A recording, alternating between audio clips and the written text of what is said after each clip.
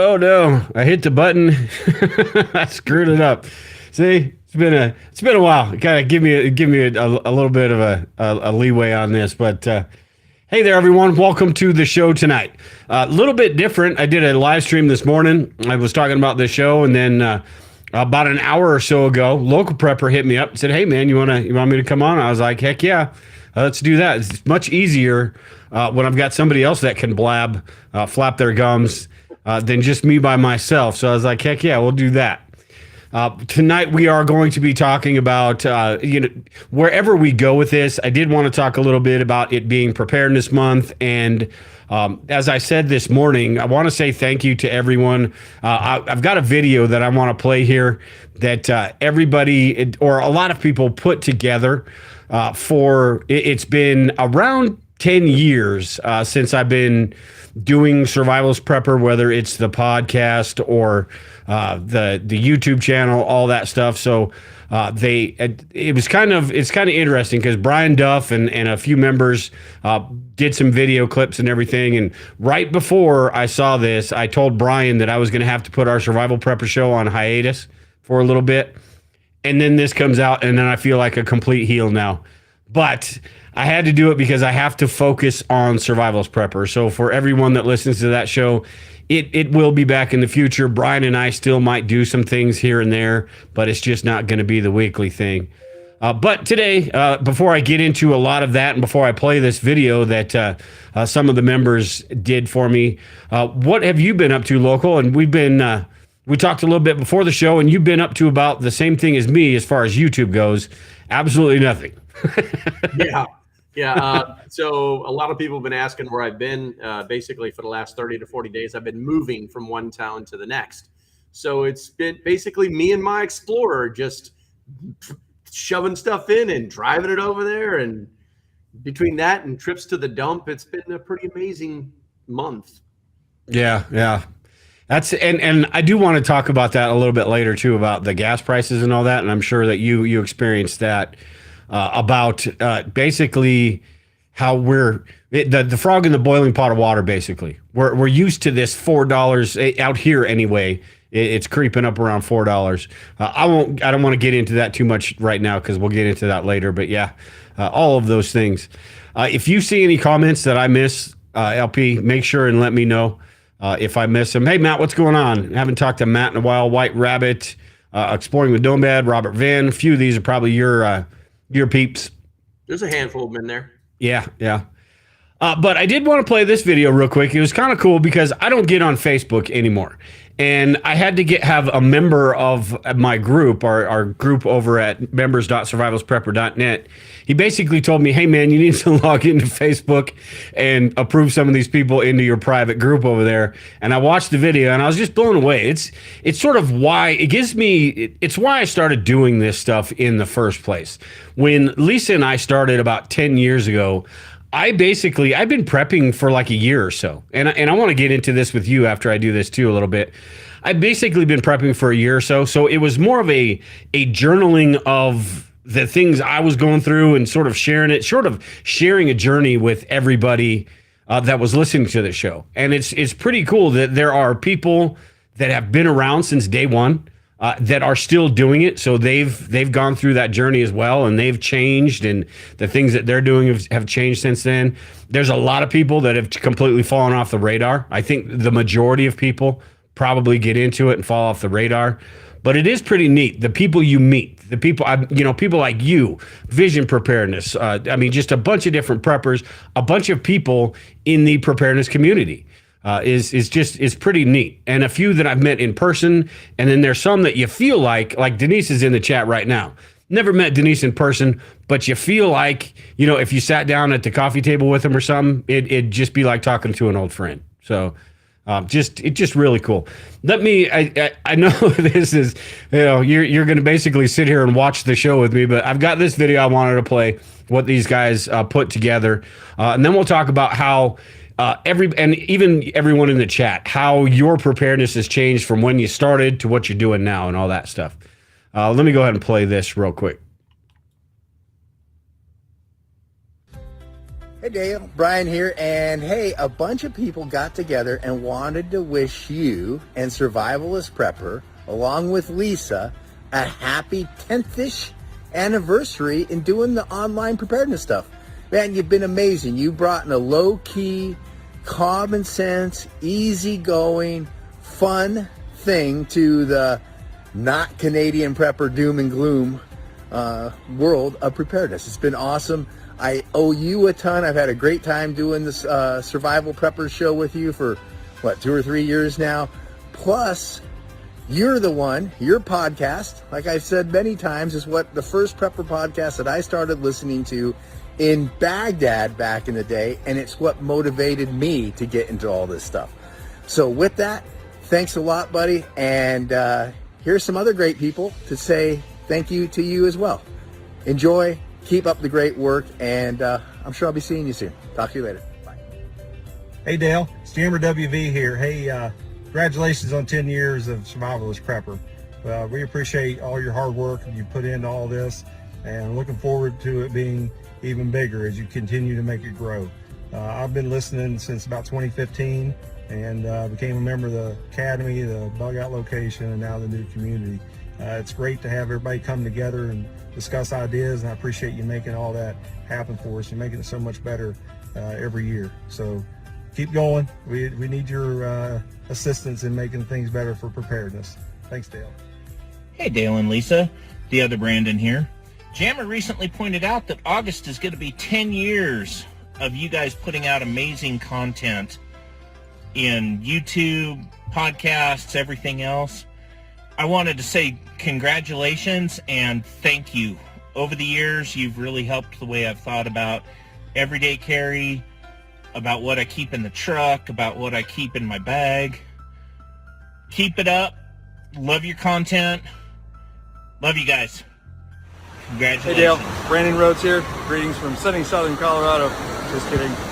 I'm in California right now, but wanted to wish you all the best of anniversaries, and thank you for all you've done with the Survivalist Prepper, and thanks to Lisa for being along for the ride. Hi Dale and Lisa, Denise Kaufman here. Congratulations on your 10th anniversary. I think I've been with you just about since the very beginning, or near. And I don't believe I've listened to a dull show yet. They've all been exciting, informative, everything I've needed. I appreciate all your hard work. So much so that I pretty near bought you Manilow tickets to Columbus this weekend, but I kind of figured you'd rather I support the show through the Bug Out location or whatever. Manilow versus Denise, I don't know which one you'd prefer, but you got my support anyway, so happy anniversary and many more. Thank you. Hey y'all, just getting some hammock time in, taking a break from doing a project on a lazy Sunday afternoon. Just thinking about our journey from being preppers to homesteaders. You know, it was a pretty long journey. And along the way, we've met people that have come into our lives and accompanied us on this journey.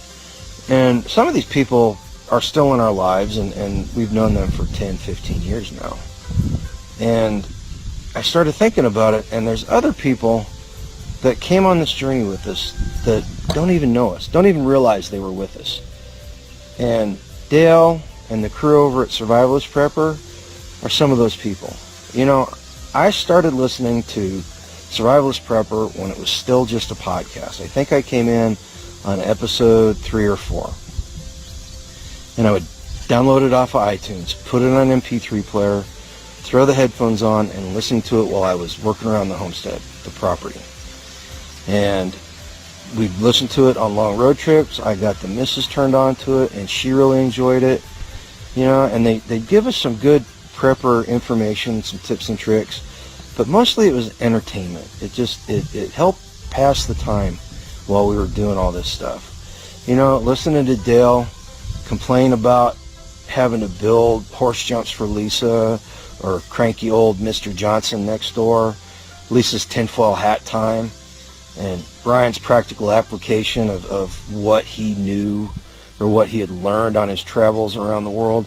You know, it was just good entertainment.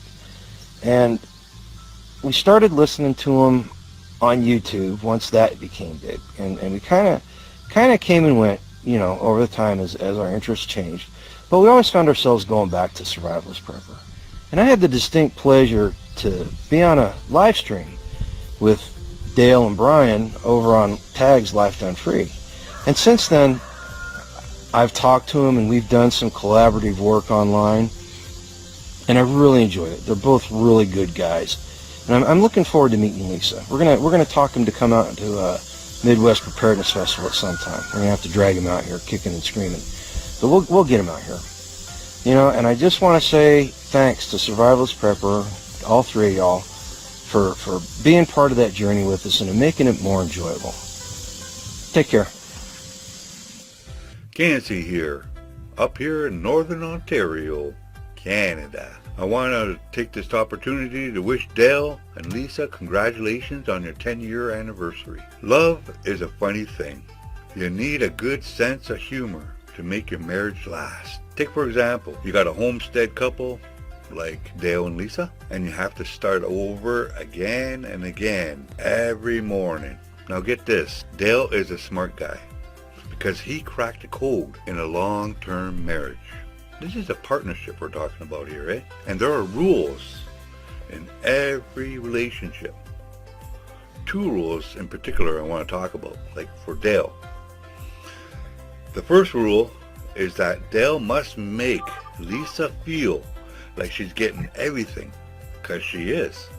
And the second rule is that Dale actually has to let Lisa have her way in everything. Give you an example. When they argue, Lisa has to have her way. When there's a final decision with the family wallet, give that wallet over to Lisa. When it comes to renovating the house, let Lisa decide the color of the paint. And when it comes to travel choices, well, northeast, southwest, as long as you're going forward, Dale, let Lisa pick the choice. Dale, you are an absolute genius, because over 70% of marriages are ending in divorce. But not Dale. No, sir.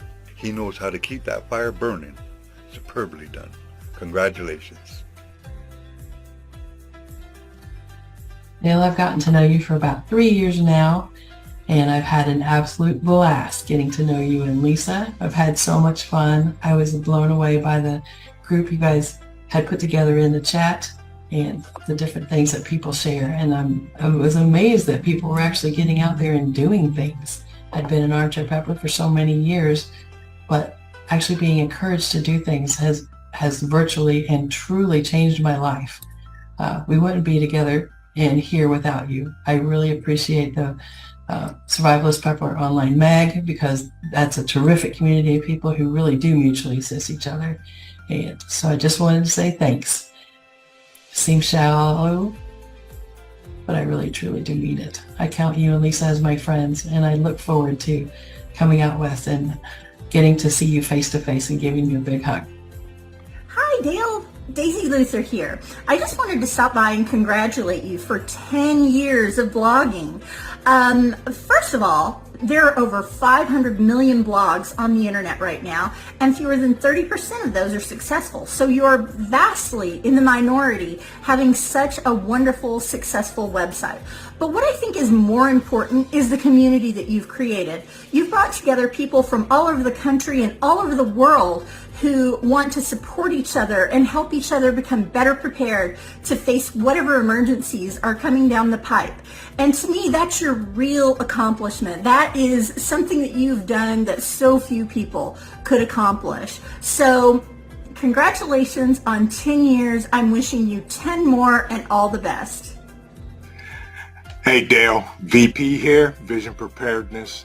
I just wanted to take a moment and congratulate you on your 10-year anniversary for the prepping community. I want to say thank you for everything you do for the community and everything you've done for me personally and within the preparedness community. You are amazing, and I must say I am a little jealous because you have a freeze dryer. That's on my list of stuff to get, but I just want to take a quick moment and say thank you. I appreciate everything you do for the prepping community. Take care and God bless. Vision Preparedness, I'll see you soon.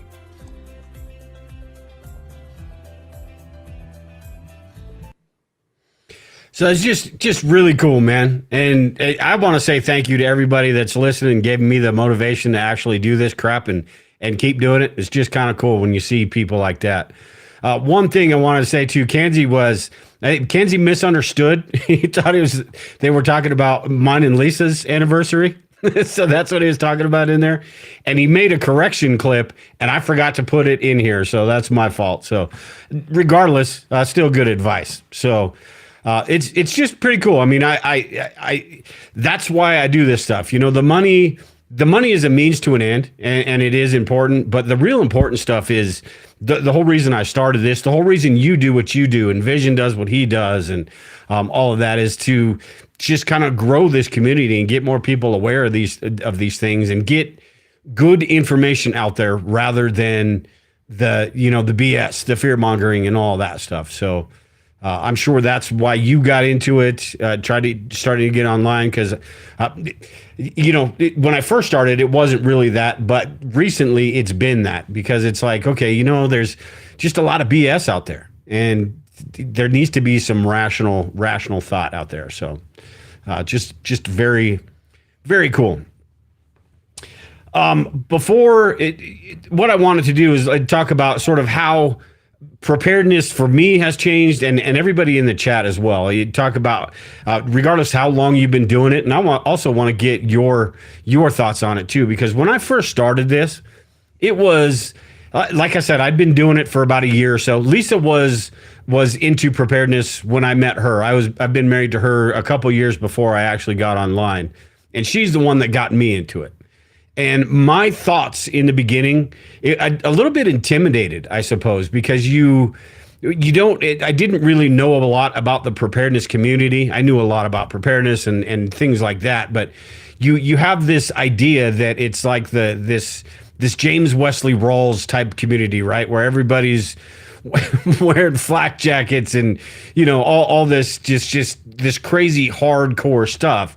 And here's me living, in a rural area with not a whole lot, and I'm trying to get online and do this stuff, and I'm feeling like I'm going to be just like being chastised and being made a fool out of.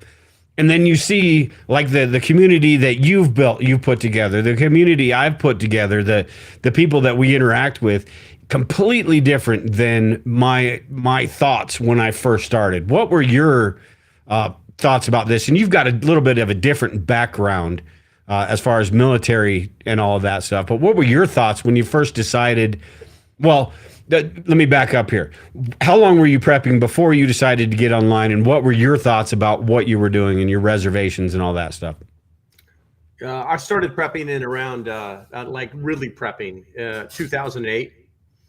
Okay. Just the standard, learning how to put things in buckets and Mylar, and doing Mylar with irons and clothes, or the hair straighteners, and just the very beginnings of it. And then I didn't start doing anything on YouTube until about 3 years ago. And the same boat. I started doing it about 3 years ago because honestly, it sounds weird, but so. I won't say his last name. His first name is Matt. He's former Special Forces. You won't see any of those things those accolades that I use. Sometimes I'll throw a hint in one of my screens, but he was one of these guys that was just cashing in on it, and it really pissed me off that he brought this guy on. He was supposed to be super medic doc, and he was showing you this little kit, this little medical kit that was going to save your life. And I started looking at it, and it was just like, okay, wait a minute. So let's hit the old Google machine and Amazon and find out exactly how much it would take to make this kit. And the markup that they had on it was so outrageous. It just enraged me so much that people were like, "This is the greatest thing ever." And I'm like, take your head out of the bucket, man. You can buy all this stuff yourself. you know? And you know, it just really, really bothered me. And then I found that there were a lot of people out there on YouTube that were doing the same exact thing over and over and over and over. And don't get me wrong, I've got a Patreon, I sell things on Amazon, I get sponsorships all the time. You know, I'm making like $3 every time you spend $5 million on Amazon. You know, I'm getting so rich.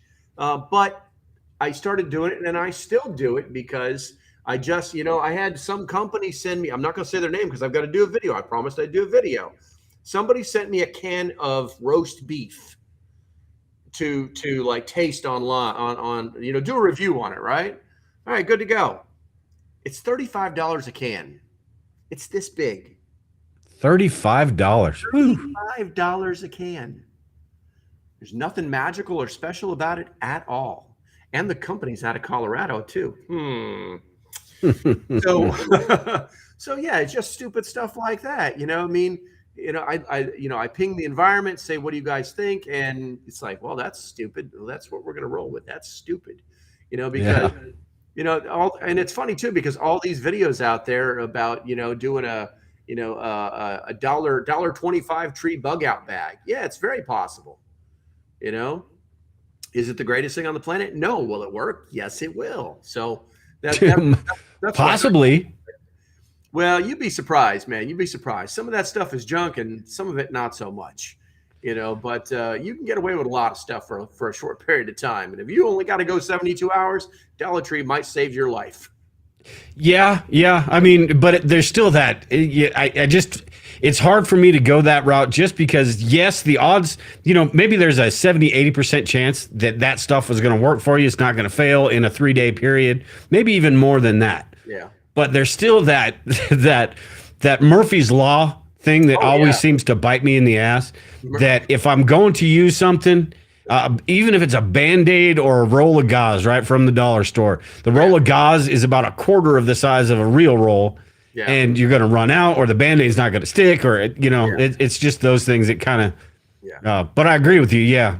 There are definitely certain things you don't want to get all what are the pinch pennies on. Yeah. You know? But there's no reason to buy a $175 knife because some guy said it worked great in the field. Yeah. You know, things like that. Yeah. Yeah. And you know what? Unfortunately, a lot of that stuff, it works. These channels are huge. And I forgot to mention too, Morgan, she's doing this is Preparedness Month, and she's doing a 30 days to preparedness. And she's got a lot of, let me see if I can pull up this list that she's got. But these are the type of people that actually do add to the community, sort of what we're talking about here. These types of people, she's got a list right here. She's got hers. I did one, me and Brian did one. Prepper Potpourri, she's awesome.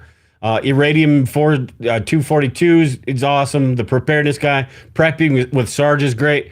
All of these, Vision Preparedness, Roaming Prepper, who's in the chat, all of these people that are doing this stuff to actually add to the community, not take from it. And you had mentioned, you know, there's the Patreon stuff, the Amazon stuff. There's got to be a little bit of that because we have to be able to continue to do it.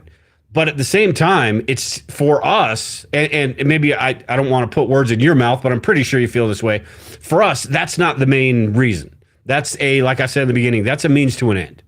But for some people, that is the absolute goal. I remember when I first got into this, Survival Life was the website. That is, it's corporate prepping is what it is. Exactly. They offer you a little trinket and you get on their list, and then they sell your list to whoever. And that is, you know, that is just not the way I like to go about this stuff. So it's just, when I first started, that's the reason I did the bug out location the way I've done it too, is to teach people the actual practical part of preparedness, the things that really matter in preparedness. And that's how I've just gone about this whole thing. That's how Lisa and I live. We change things, we do things, we don't go super overboard. I build things to my strengths, or build on my strengths, and work on my weaknesses and all that, and just do what we can do.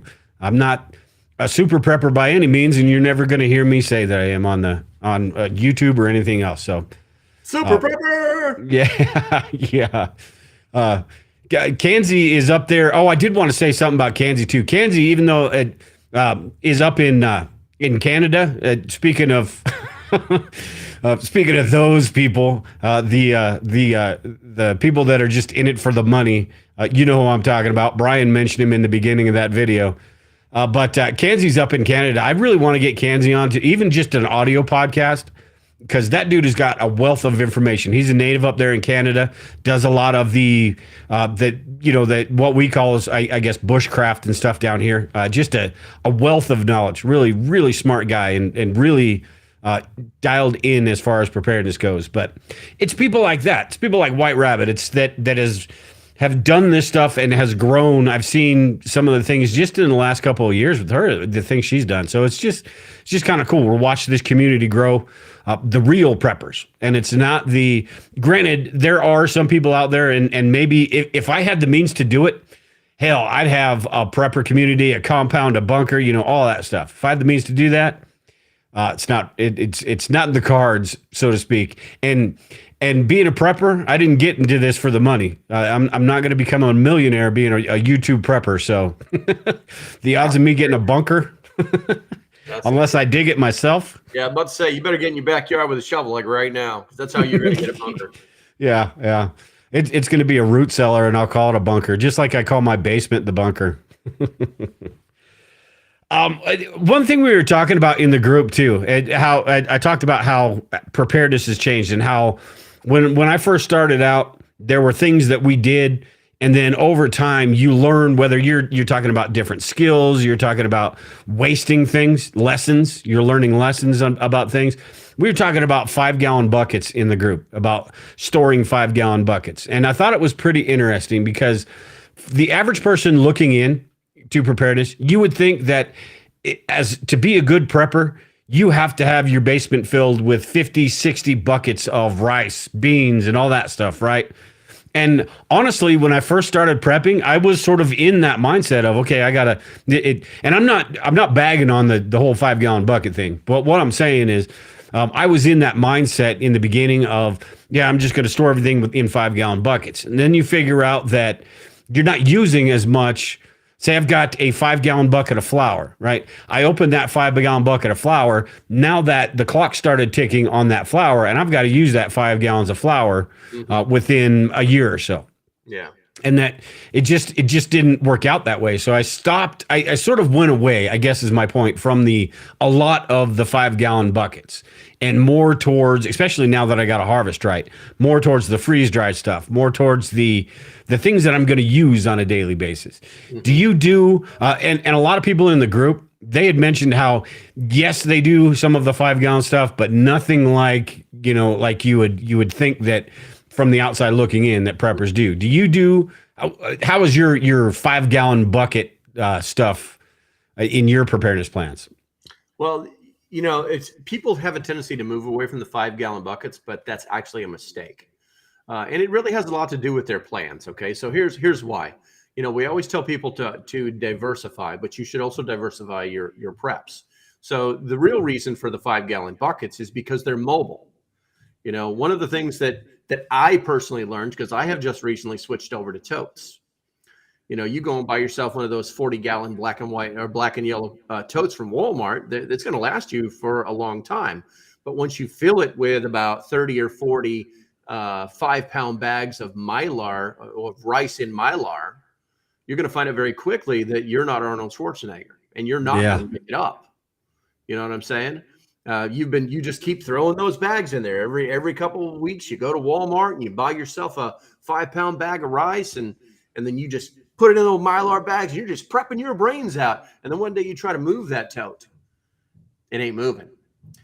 So I literally had to empty it out halfway and carry the other rice in another tote. And I have several totes like that. So you definitely, if you're going to be mobile in any way, shape, or form, you should definitely have some 5-gallon buckets. And, it's like I got into it in the beginning with the old Gamma Seals and all that stuff. Well, I got news to tell you. Gamma Seals are nice. Don't get me wrong. If it's something you use every day, you're going to be in and out of it all the time. Hey, that's great. But guys, take my advice. Do not buy Gamma Seals for long-term storage. because the seals will dry up. The rubber seal on the outside and the rubber seal on the inside ring.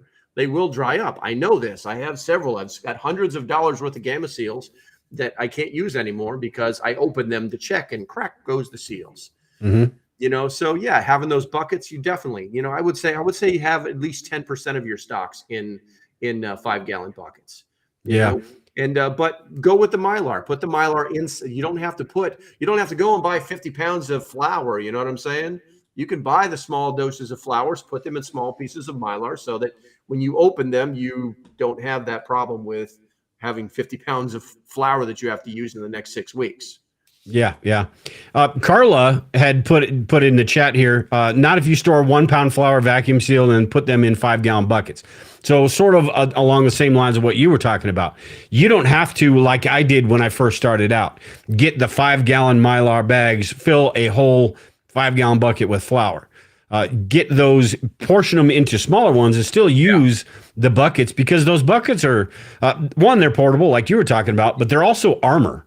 So if you're putting stuff in Mylar bags, that's a great way to store it. The freeze-dried stuff, I'm going to start doing some totes as well, but not for the real heavy stuff, because like you said, man, that becomes a pain. That would be a 2-person job. Say we're in a bug out situation. That's a 2-person job loading up the truck. Creative Redundancy said dollies, and that's great, dude. I mean, but now I'm spending money on dollies. I mean, come on, if you're just going to store something long term and you're never going to move it because it's at your primary location, then hey, great, put it in totes and never worry about doing anything but dragging it across the floor. But if you've got to get out of town and your plan is to take a buttload of food with you because you don't know where you're going, because people rarely have a real bug out location, so they're going to want to take as much food as they can. Then you've got to stay mobile. Those buckets are going to save your life. Yeah, absolutely. You can buy the real expensive containers, like $30, $40 for this one container, and that's stackable, and it's just not going to do as good a job for the money. Yeah. And then one thing on the Gamma lids you were talking about, which I absolutely 100% agree with. I have like 3 Gamma lids. And what those are for is when I open up that flour, when I open up the rice or something like that, that Gamma lid is on that package that I'm going to use. So all I do is that the lid stays on there. Because I'll tell you what, once you put a Gamma lid on top of that bucket, that sucker's on there. It's a pain in the butt to get off. So I use it for that shorter term storage after I crack the seal, basically. And then I take from that bucket and I fill up a smaller one that goes into the pantry. So it's sort of a 3-stage thing, but it's absolutely. Yeah. But like I said, for long term, not a good idea. Yeah. It is those types of things, I suppose, that you learn throughout your preparedness journey.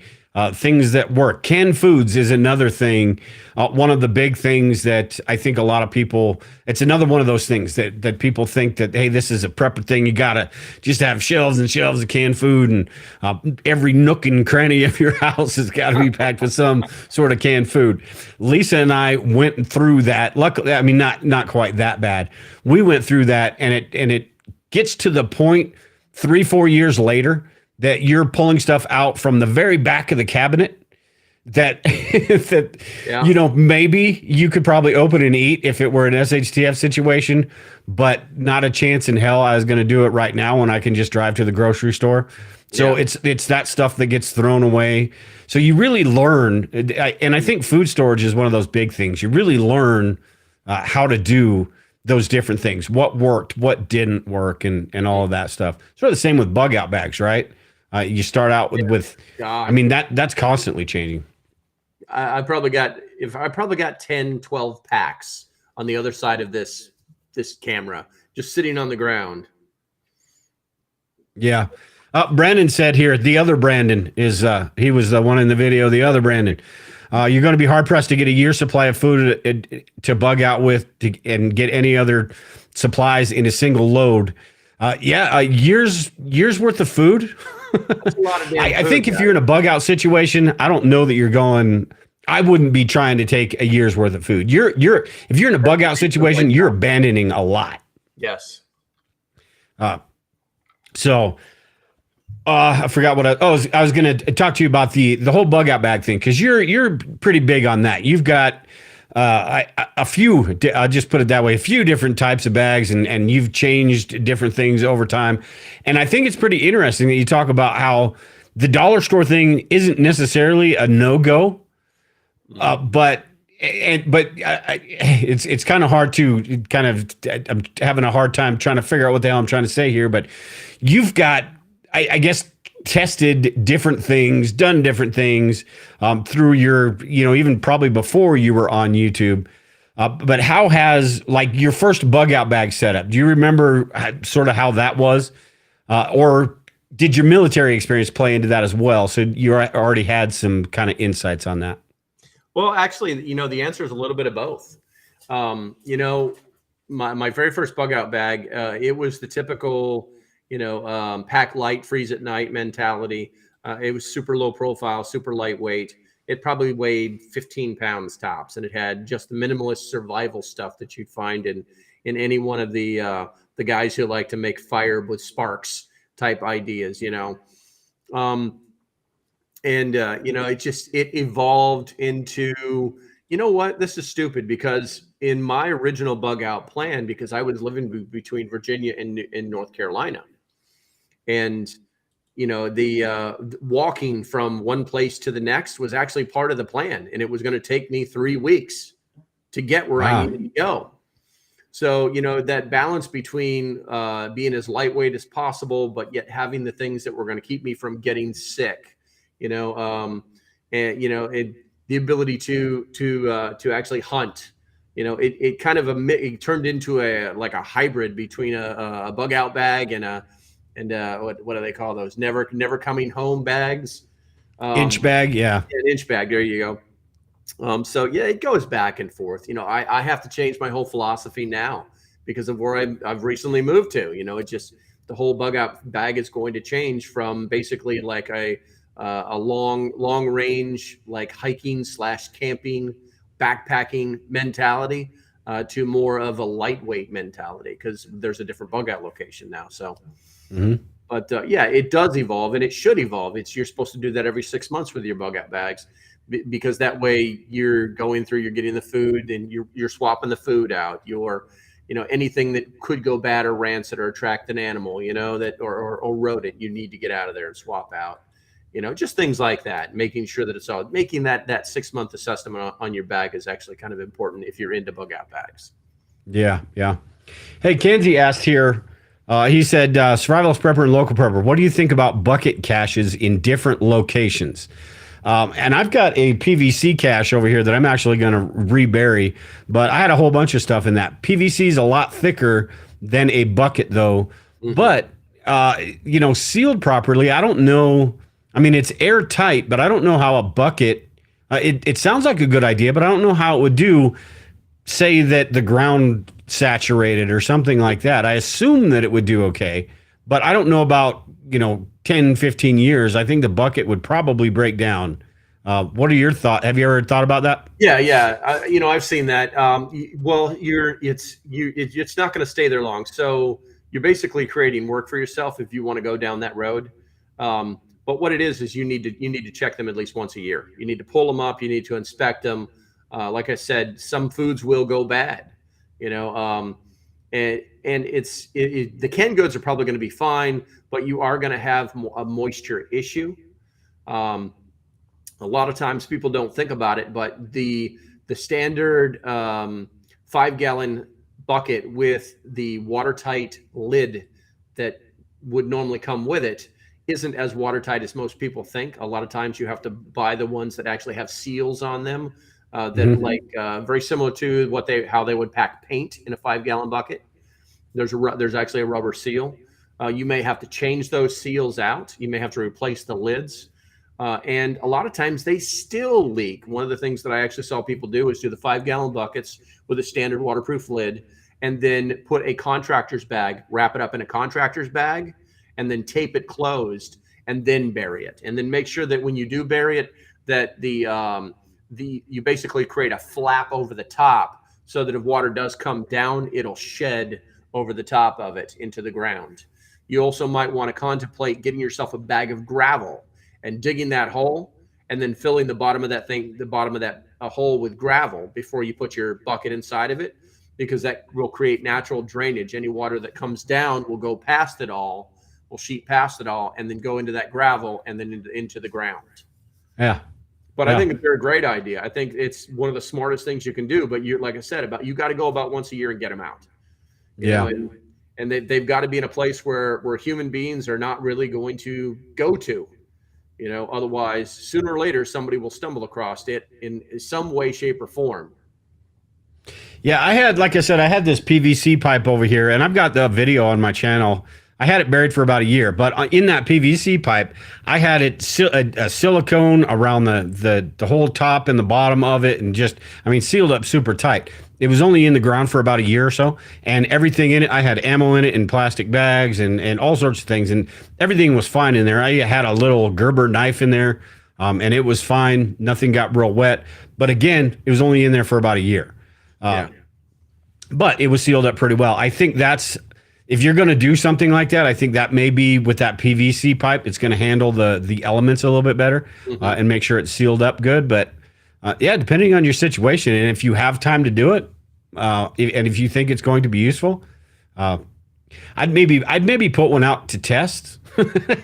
Stick it out there for a little while and see what happens before you put some good stuff in there. Yeah, do the research too. You know, find out where the it's not the water line, but the what's the line that they use on the maps that tells you how deep where the water is?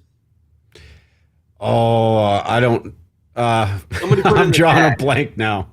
Somebody put it in the chat. But you know what I'm talking about. It's like if you dig deep enough, you will hit water.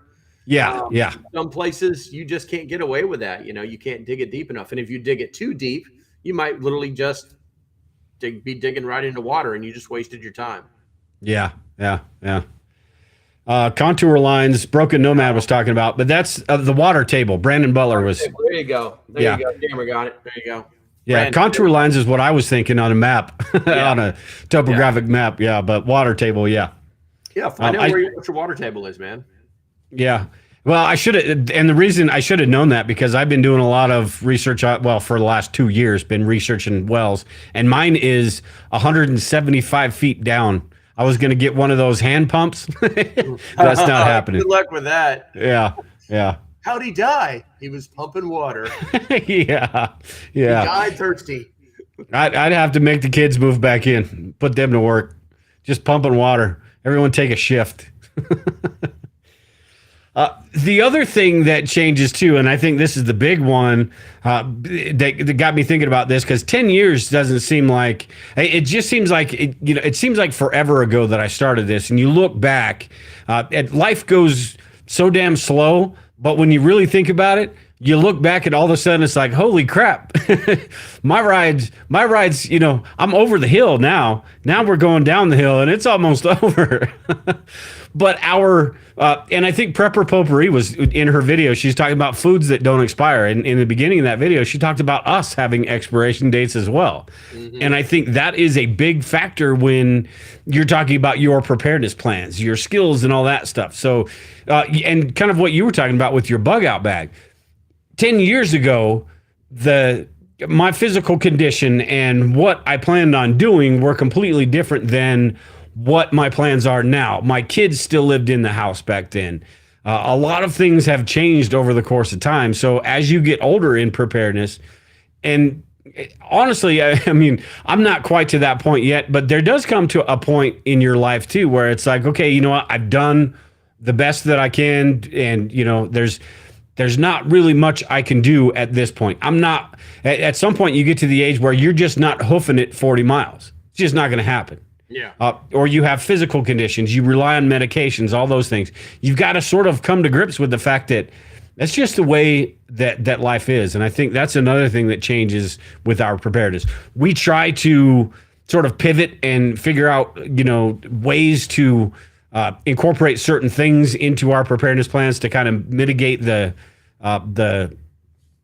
not the losses, but mitigate the dangers and things like that. But sometimes you just gotta, you gotta be you just got to be okay with the fact that, hey man, I'm as good as I can get, and and hopefully the big bad, the big bad things, the marauders and all that don't come to my door. But if they do, I'm gonna okay corral it basically, and do the best I can. Mm-hmm. One thing, let me see where we're at here. If anybody's got anything in the chat, I'll try to look at those, and if you guys have any questions, any thoughts on things are changing and all that. But I did want to get into a little bit about you were talking about moving and things like that and making trips, and I was talking to Lisa the other day and going to the gas station. It's kind of frustrating a little bit because you go to the gas station and you see out here we're up around $4 a gallon, and right now it's a little bit less than that. So you hear these people talking about how the gas prices are going down, and it really is frustrating because it is sort of that frog in the boiling pot of water thing. And this is not just gas prices; this is inflation in general. But it really is frustrating because a year and a half ago, maybe a year ago, everybody was completely up in arms about this stuff, right? The gas price is this, but the gas price is that. These days, everybody's just kind of like, oh, it's the gas prices. Hey, now they're down to $3.50 a gallon. That's, it's getting better. So they get us used to this crap. And then, then the new normal becomes that $3-4 a gallon, where it should be $2 a gallon. Shoot, I remember when I first got my license, it was I think it was like 96 cents or something like that. Yeah. What are gas prices out there where you are? They've actually been coming down kind of rapidly over the last week. It was sitting right at I want to say $3.59 for months on end. Like nobody would go over that. And then just in the last week, it dropped almost 20 cents. So it's very fickle. It's very fickle, but don't let that dissuade you from storing gas or doing anything. Smile LP, you look pissed. This is what 20 years in the Corps does, and another 13 years working for the DoD does. Everything is a terminal glance. You're like all the time. But no, I mean, there's. I made a video the other day about it, and then it didn't really get any traction because the YouTube algorithm. I hadn't made a video in a month, but I had a friend of mine had sent me something. We'll just say that he probably shouldn't have sent it to me. And the video was about the Panama Canal and how they're having real problems with getting the ships through it. Right now, there's over 200 ships on each side of the Panama Canal, both the north and the south locks. That actually is basically 40% of whatever they send to the United States from Eastern Europe, from the Middle East, so on and so forth. So when the oil doesn't come over here that we're buying now instead of making, you can expect the price of gas to go through the roof. And there are some estimates that it could go well over $10 a gallon. But will that happen? There's no telling. But the traffic jam is real, so the prices are going to go up. Now, like you were saying, feeling like that, you're feeling like the frog in the boiling pot of water and how they're slowly turning it up. And that's exactly what they will do. It won't be, oh my God, it's finally reached the pains here. And then next thing you know, it's $7 a gallon. No, that's not what they'll do. They'll just slowly raise it. And here's the funny thing. Gas prices should be going down at the end of this month because that's when they stop doing the summer. What is it? They mix fuel differently from summer to winter. And at the beginning of October is when they start selling the winter blend, which is actually cheaper. So the prices should be going down, but my guess is that they will start to go up, and then, all the other different little things. But yeah, you start to feel like that you're the frog and you're just knee deep in everything. Yeah. Knee deep. Hey, Jammer said, with all the hybrids and electric cars, shouldn't the demand lower the price?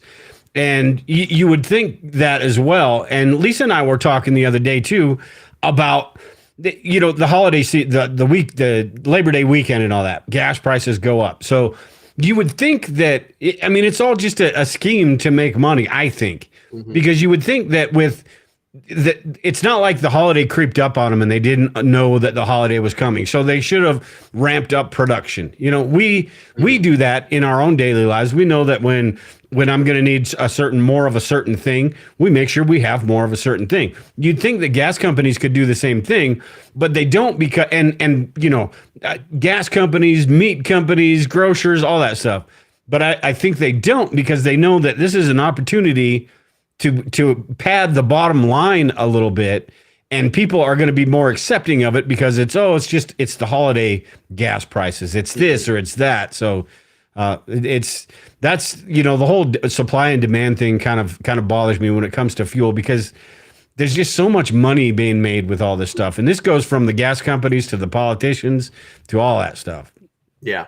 Well, a lot of people forget too that these gas companies, their primary mission, the leaders of these large big blue businesses, their job is to make sure that the shareholders make money.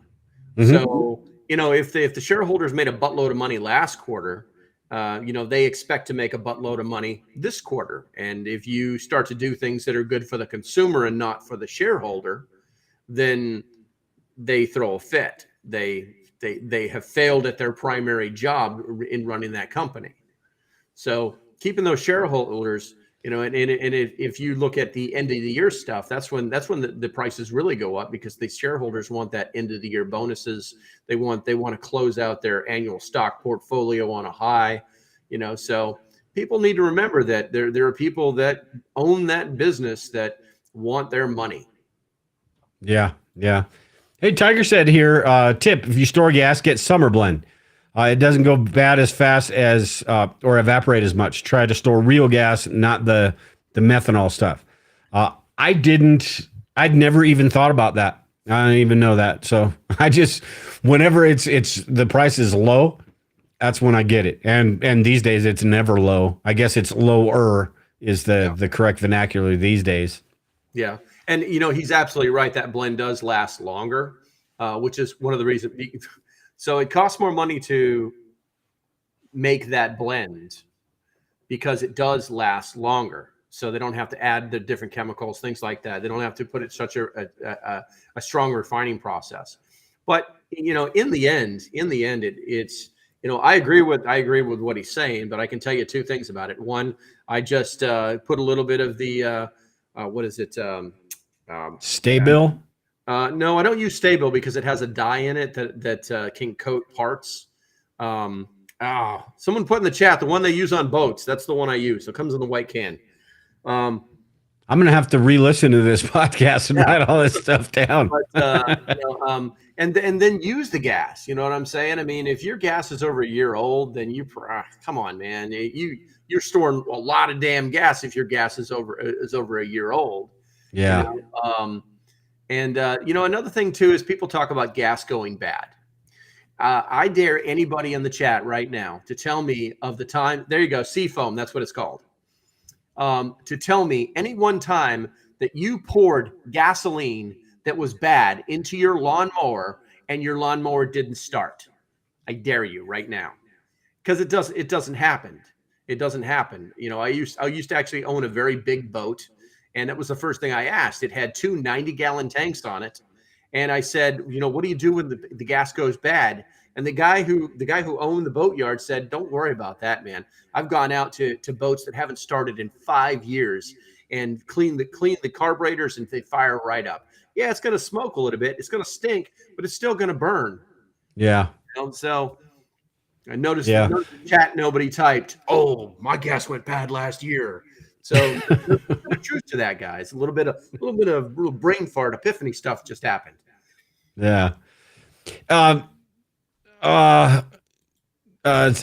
got something to add to that, but Eagle Lover has said here, Southern Prepper One had receipts today on EV battery placement, $28,000. Yeah, I've heard that. Absolutely insane. One more thing on the fuel stuff. The way I do it And I don't know how you do it or anything, but the way I do it, I've got 25 gallons, and maybe I should have more than that, but right now that's what we have. And I've got 5 cans labeled 1, 2, 3, 4, 5. And when I take, whenever I go to the gas station and have to refill, I'll take one of those cans, throw it in the truck, and then take that can with me, put it at the end of the line, and that way everything's getting rotated through. I do the same exact thing. The hardest part of that whole thing is moving all those gas cans in the line. Yeah. You think they'd come up with something like that, where they would just slide down to you, but no, it's not a big. I do the exact same thing. I normally keep about 30 or 40 gallons, but it is what it is. It'd be cool if you could, if you could, they'd probably build one, but kind of like the canned foods racks where you pull a can out and they all slide down. That's what I'm talking except about. for, except for a few. I'm not even gonna put a TM on this, guys. You know what would be perfect for that? And you've got to be old enough to understand. You remember the metal slides that burned your ass? Yeah. It would be perfect, man. You take one of those, just put it on like a 10 degree, and every time you pulled one out, slide down. It'd be perfect. Yeah. Could be done. You don't need the whole slide. I mean, but Yeah, interesting. I just think it's just really frustrating. The whole inflation thing. It's really unnecessary, but that's just the way our system works. I think it's designed to work that way, to increase that bottom line. And with inflation, you've also got the fact that everything's made like crap these days. It's made to break within a year or so you have to buy another one. And when you think about that, that's part of inflation. It's costing you more. You've got the shrinkflation aspect of all of this stuff where it's that frog in the boiling pot of water thing again. We don't really notice it, but if we were to go back 20 years and look at the size of a box of cereal or how much cereal you actually got in a box, you'd be like, holy crap, this is how much we got. Sometimes, because we don't eat a lot of sweets and stuff like that. So I think it was Lisa Chocodiles or something like that. She really wanted Chocodiles because she hadn't had them in like 10 years or something. And she found some, and they were like 2/3 the size of what they used to be. And it's all ridiculous, and it's all a good reason, to stay up on your preps and get the things while you can. Oh yeah, it's insurance. That's what it comes down to. No matter what it is that you're buying as a prep, it's insurance. It's just that easy. Yeah. And that is one of the things that, like I was talking about when you first start out, you're preparing for disasters and this and that. And as you grow in preparedness, you start to realize it starts to become a lifestyle. And you start to realize that, hey, if I can take advantage of things before they just get completely out of hand, then I need to do that. And the more we do beforehand, if things do completely go off the rails and prices do completely skyrocket, we're going to at least have, depending on how much we have put away, we're going to at least have buffer time to maybe navigate through that or get through it long enough to be able to figure something else out. Hopefully, and maybe it does go on for longer than we have the means to do that for. And that's where the homesteading, like Grumpy Acres and Tag and all that, that's where that comes in, is being able to produce your own food and withstand all of that stuff through those long periods. But that's kind of what it's all about, is preparing, doing that stuff. That's kind of why I got the harvest right. One of the big reasons I got the harvest right, because if I can get meat is my main thing. If I can get meat while it's low and freeze dry that stuff and just store massive amounts of it, when hamburger is, $14 a pound in the next year and a half or whenever, I'm not going to have to worry about that as much, I guess. Yeah. Protein is a very serious issue when you talk about food storage.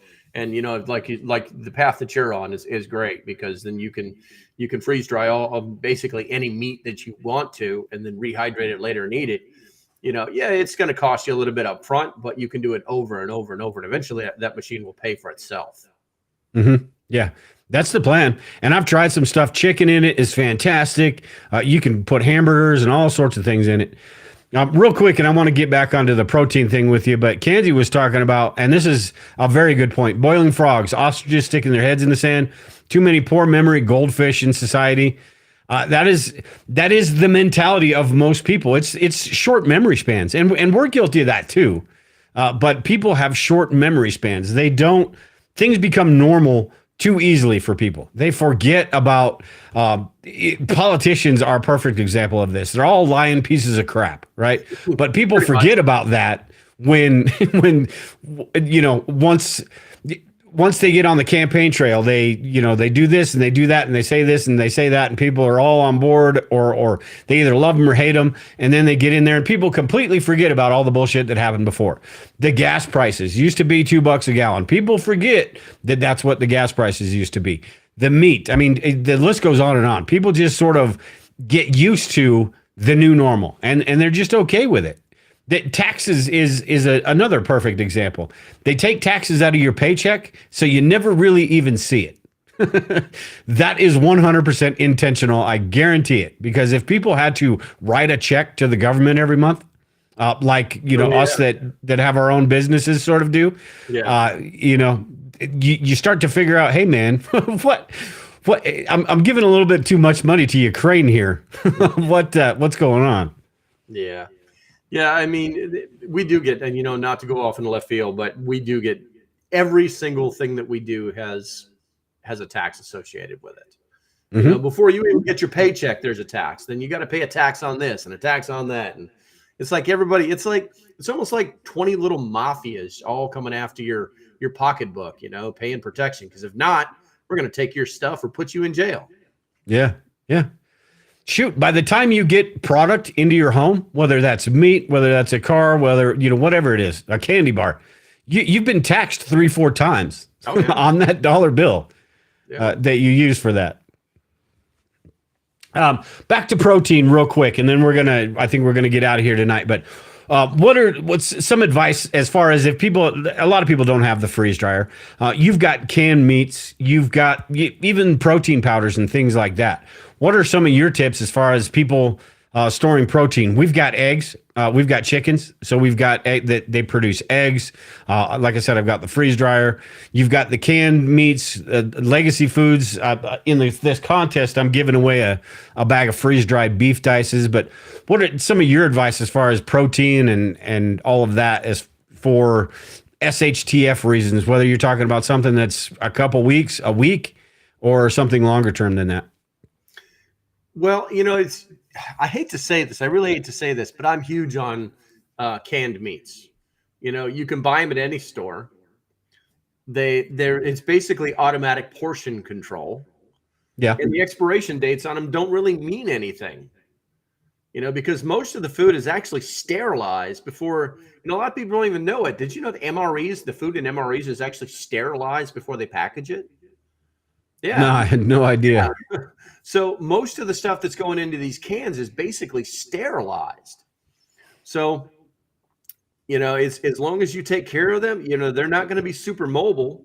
But, if you've got shelves upon shelves, if you got one of those metal shelves that used to be $35, that's now $160, that you might find in a bakery or something like that, and you fill one of those, like every shelf with canned chicken, beef, I don't think I've seen any canned pork in a while. Canned turkey, all of those things. You will have easily 6 months worth of protein, no problem. And then mix that up. Go to whatever company that you like to use and get yourself the freeze dried different proteins. The beef, the chicken. I know the beef is more expensive than the chicken. And then you can learn to use those in the appropriate portions. People have a tendency to just go crazy with the scooper. They don't realize that it's basically a third of the size it's supposed to be when it's dried up. Yeah. And do that. And just mix those things up. And God, like you said, the chickens, I had 4 chickens forever. And every day those chickens gave me 4 eggs. Yeah. So in the end, they paid for themselves. But yeah, I mean, if you can do that, then that's great, and then obviously if you've got land and you want to, raise cattle or whatever it is, I say, have fun with that. But it's the easiest, fastest way to get prepped up at the lowest cost. And it's like I still use the 6-can method. I go to Walmart. Every time I go to Walmart, I don't care if I'm going in there for a bag or a pack of gum. I get 6 cans of something, and it's always at least 1 can of protein. Yeah, yeah, yeah. And see, we've sort of gone away, not really gone away from the canned food thing, but we don't do it near as much as we used to because we just don't use it like we used to. We're more of the frozen vegetable type thing, and honestly, we probably should, because that is something that we should have more food storage of that. But I've tried to force myself, and we always just, it's sort of like falling off the wagon, right? We always stop. And honestly, I like canned green beans better than I like frozen green beans. Yeah. So, but I just never think about it. It's always that.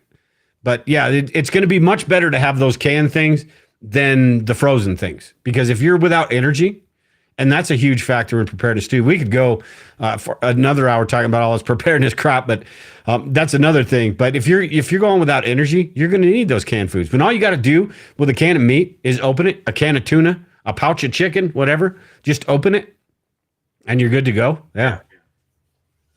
Yeah. All right. So do you have anything to add before we get out of here tonight? Cool conversation. I appreciate you last minute joining in. Yeah, anytime. Anytime. I want people to know about if you're going to be going to Prepper Camp this year. I'm actually going to be there. You'll find me at the walking around or sitting down at the It's Doomsday podcast. I'm going to be helping that guy out this year.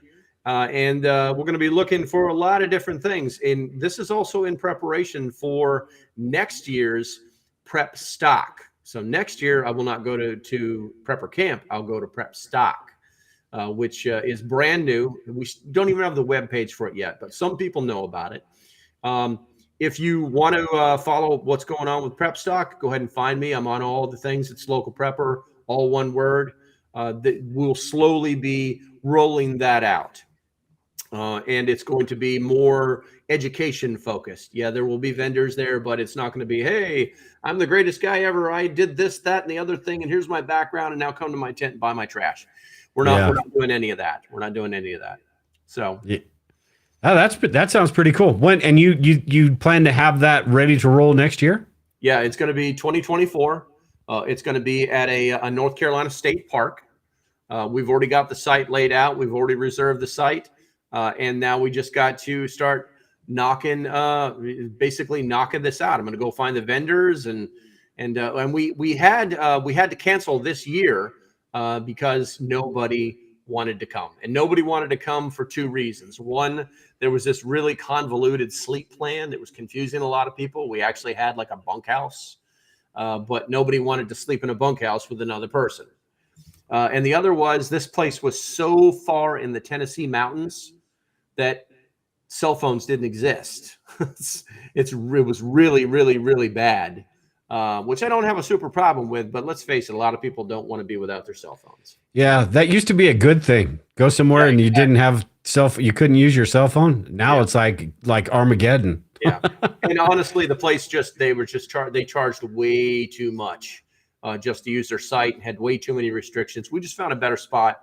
And we're going to it's going to be pretty good. It's going to be pretty good. Yeah. Hey, Tag's in the chat too. What's it going on, Tag? Life Done Free, got a cool YouTube channel as well. He does the sort of the Midwest. Is it the Midwest Preparedness Project, Tag? I think that's what it's called. Yeah. Him and Grumpy Acres are part of that. So what you're doing is sort of the same thing. I hate. And Brian and I have talked about this before. Out here in Colorado, we've gone to a prepper convention. And it just, that type of situation, it just bugs me because you walk in and it's basically booths of people trying to sell you the trinkets and gadgets that we see on a daily basis. And I think it's different than, say, if I'm going to a gun show, that's what I want, right? I want to go in and see the booths and all the shiny toys and all that stuff. But as far as preparedness, I want more of, and this is kind of what we've been talking about the whole show, is that the camaraderie, the community, the learning, the skills, and all that different stuff. Yes, there are things, people do want to support the preppers and all that and buy some of their stuff, but that can't be the main the main focus. I think that people lose their interest when it's like that. I think Lisa and I probably stayed. We did one lap around the place and said, "Okay, this is We've junk." seen it and own half this stuff already. Did we just give these people $40 a ticket? Yeah. Well, we're looking at the ticket prices already, and we've already started at like $18. So you could literally get in on this, get your ticket, and then forget about it, and it wouldn't be worse than losing 2 Starbucks coffees. Yeah. Hey, one last thing before we get out of here. Window Liquor Prepper. That's a funny name. He's one of mine. He's a troublemaker. Not having phone service should be a prep.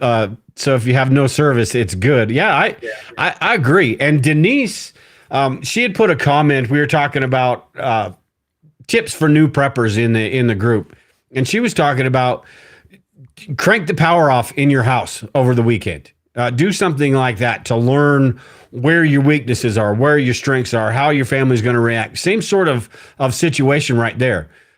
Practice not having your cell phone. I think a lot of people would be like heroin addicts, going through withdrawals, and maybe myself included a little bit. But it should be part of your press, because that's all the electricity, all the power. That's all the stuff that could be taken away, regardless what type of disaster you're talking about, big, small, whatever. So. With that, I think we are done then. Make sure and keep me up to date on that. Whenever you've got any new information on that, just let me know and I can put it out. But that sounds like it'd be a blast. I would say that I'll be going or something like that, but I'm just not saying anything like that, because I've got the Midwest Preparedness project I need to go to. Never been to prepper camp, so who knows? I don't leave home much. So Denise said, good show, fellas. Thank you. Yeah, again, Local Prepper, thank you for being on. Anybody that is over watching on my channel, watching on my Facebook page or anything, make sure to go over to Local Prepper's channel, subscribe to his channel. You can get updated on everything that's going on. Super smart guy, super funny guy. Hey, every time I think I've got some sort of brilliant idea, you always have, a lot to say on the subject to make me rethink what I was talking about. So with that, everyone, I appreciate you all joining in tonight. Like I said, I've been taking a little bit of time off, but I plan on getting back to the grind here on Survivalist Prepper, doing the weekly show again, working on the bug out location. We've got the giveaway I'm doing for bug out location members, which I will be putting out an email this weekend, and we'll be doing the drawing. I'll be doing a live video drawing on Monday for that. So watch for that video. But Local, appreciate you joining in. Everyone in the chat, appreciate you all joining in tonight. And we will talk to you all later.